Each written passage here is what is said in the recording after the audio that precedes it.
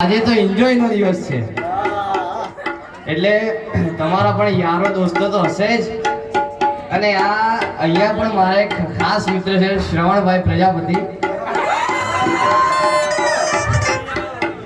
એમના માટે હું એક ગીત રજૂ કરીશ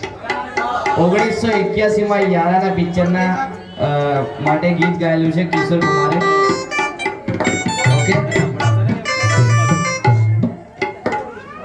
ઓકે चलो भाई वादर